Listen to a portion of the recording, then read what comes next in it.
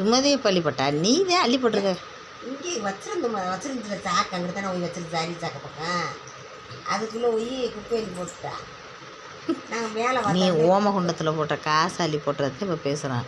அப்புறம் pipe திருறு pipe தண்ணி, அந்த பைப்பு போய் என்ன பண்ண, அதையும் அள்ளி கொட்டிட்டேன். அம்புட்டி மாட்டலை, அது ஒரு சாக்கில் போட்டு வச்சுருக்கேன். அந்த சாக்குக்குள்ளே குப்பையை அள்ளி போட்டு அந்த குப்பையை கொட்டி போட்டு வந்துட்டேன். குப்பையிலுமே அதுக்குள்ளே வேற ஒருத்தையும் அள்ளி போட்டு ஆல்ரெடி இலையும் கிடக்குடி. அதோட திரும்பி கொட்டை கொண்டு திறந்து பார்த்துட்டு நியூஸ் போயிடல. ஏங்க எல்லாரும் ஹோம் டூர் போட சொல்லி கேட்டிருக்கேன். ஹோம் டூர்னா வீட்டை சுற்றி காட்ட சொல்லி தானே கேட்டிருக்கிய. வீட்டை சுற்றி காட்டுறேன், ஒரு மாதம் ஆகவும் சுற்றி காட்டுறேன். ஆனால் ஒரு விஷயமுங்க, எங்கள் உறவுக்கார ஒருத்தவங்க எல்லா இடம் கமாண்ட் பாக்ஸில் வீட்டை காட்ட சொல்கிறாங்களே, காட்டவும் தானே. ஏன் சின்ன விடா இருக்குது வெக்கமாத்து காட்டுறதுக்கு சங்கடப்படுறியா? நான்டா 2 சென்டில் வீடு கட்டி ஒருத்தவங்க பால் காய்ச்சிக்கு போனேன். அந்த வீடியோவை எடுத்துகிட்டு வந்திருக்கேன். அந்த வீடியோவை போடு, பெருமையாகவும் உனக்கு இருக்கும், நல்லாவும் லைக் பண்ணுவாங்க அப்படின்னு என் உறவுக்காரங்க என்கிட்ட சொல்கிறாங்க. என்னை பற்றி அவங்களுக்கு தெரியலை. எதுக்கு? ஏன் நம்ம என்ன வாழ்க்கை வாழ்கிறோமோ அதைத்தான் மக்கள்கிட்ட சொல்லணும். 2 சென்டில் வீடு கட்டினா அந்த வீடை காட்டிட்டா அவங்க 3 பேர் லைக் பண்ணிடுவாங்களா? நான் என் சொந்த இடத்துல அது ஓலையை வாங்கிட்டு வந்து அப்படியே கீத்தை முடஞ்சு அந்த ஓலை குடிசையை கட்டி அதை இப்படி செலவாச்சுங்க, இம்பிட்டு வீடு இப்படி செலவாச்சுங்க, இப்படி வாழ்கிறோமுங்கண்டு அதைத்தான் காட்டுவேன். அதில் என்ன பெருமை வருத்த வேண்டியது கிடக்கு? பெட்ரூம் இருந்துட்டா பெரிய வீடு கட்டிட்டா, பெட்ரூம் இல்லைன்னா சின்ன வீடாக கட்டிட்டோம்ட்டு அம்பிட்டு பேரும் சங்கடப்பட்ட போகிறவராங்க. அவங்களுக்கு என்னோட குணமனம் தெரியலைங்க.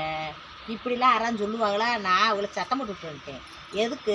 பொய்யான விஷயங்களை மக்கள்கிட்ட சொல்லி இப்படி வாழ அப்படி வாழ்ந்து நகை நகை விட்டுருக்கிறதும் வீடு கட்டுறதும் நான் பெருமையாக வாழ்கிறோம்னு காட்டுறதுக்கா? அப்படிலாம் இல்லை.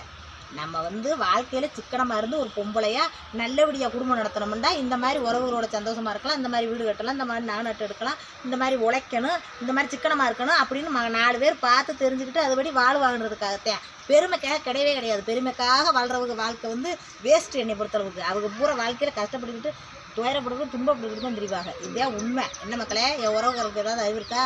கமெண்ட் பாக்ஸில் சொல்லுங்கள், நான் சொன்னது கரெக்டாக இல்லையா இருந்து. அப்படி சொல்கிறாங்க என்கிட்ட. என்னை அப்புறம் சொல்லிக்கிறாங்க, அப்போதெல்லாம் சொல்கிறேன் அவங்ககிட்ட இதைத்தான் சொன்னேன். அவங்க சொல்கிறாங்க, உனக்கு பிழைக்க தரல அவ்வளவுதான், அதை எடுத்து போட்டேன்னா எவ்வளோ ஒரு பெருமையாக இருக்கும் தெரியுமான்றாங்க. மறுபடியும் பெருமைக்கு எறும்பு மேய்ங்க நீங்கள்.